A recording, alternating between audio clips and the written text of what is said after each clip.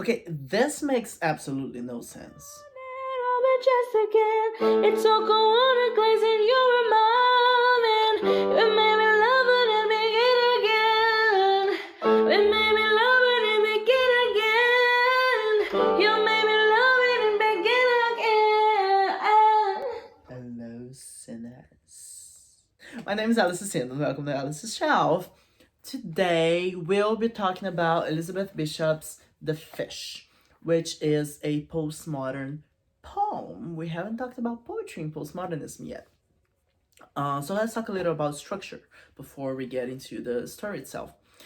For a long time, poetry was connected to structure, to how many verses it's supposed to have, to rhyming, to how many syllables we have in each verse, to how do I love thee, let me count the ways I love thee to the death and breath and blah blah blah. However, with postmodernism, this also falls apart, and we have a lot of poems written in free verse with no rhyme schemes, with no counting syllables. It's more about the emotion, remembering that poetry is more connected to emotion than to telling a story per se. So yeah, let's do the fish. Just a quick note on our authoress, Elizabeth Bishop. She used to go fishing as a kid. That's it. That's my note. Thank you very much for your attention. Let's talk about the fish. The fish is the story about this person, our speaker, who was fishing, and then they catch a big fish, and they look at the fish, and then they talk about the fish. The end. Uh, so the thing is, remembering that in literature, we are not here to talk about what, we are here to talk about how. Um, So the speaker catches this tremendous fish. And something really interesting is that the speaker doesn't refer to the fish as it, as we usually would. She refers to the fish as he, him. His pronouns are he, him. That is very important because she's personifying the fish, remembering that personification is a figure of speech in which you give something that's not humane, human characteristics. And then the fish is halfway outside the water when she's staring at him. And that's really important because it's that middle ground that we're always talking about when we talk about Angela Carter, of the nature, the river, and the fish, and the speaker, and the ship, and humanity. And this whole poem is about the connection between humans and nature. So that's pretty important. And then we are told that although it was a very large fish, he didn't fight at all. And that's really important, not for us to understand about the fish, but because it gives the speaker a choice.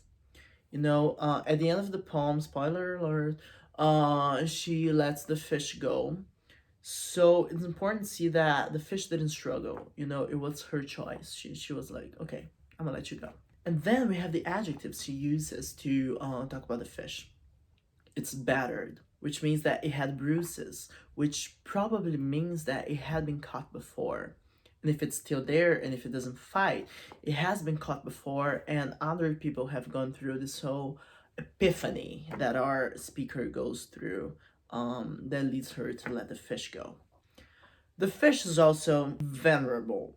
So we see that the speaker has a certain respect for the fish's strength. And then the fish is homely, so it's ugly. But it's interesting how, although the fish is ugly, the speaker describes the fish in such beautiful imagery that we actually think the fish is quite beautiful. Like, its brown skin, skin. Fishes don't have skin, but she's personifying it, so that's why she's saying his skin's brown. His brown skin hung like old wallpaper. She builds this whole paradox when talking about the fish. She says, he was speckled with barnacles, fine rosettes of lime, and infested with tiny white sea lice. So she sets this beautiful paradigm, and then she breaks it with the sea lice.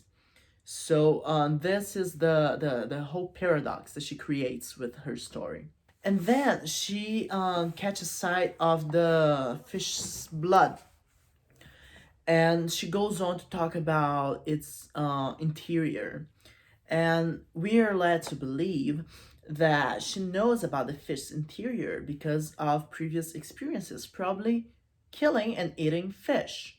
So that's not something like, she's not like, oh, we shouldn't hunt fish, we should help our animals. No, she's like, I do this, but then that fish just hit.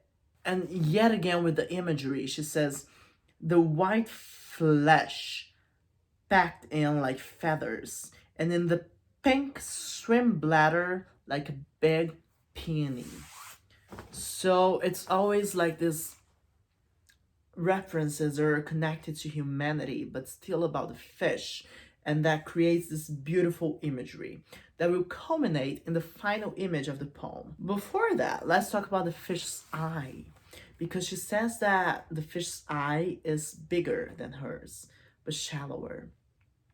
So if we think about how fish don't have like feelings, so that's why their eyes are shallower, but they're bigger, and that really draws our speaker's attention. And then we have the final image of a rainbow that she sees in the oil that was left by the ship.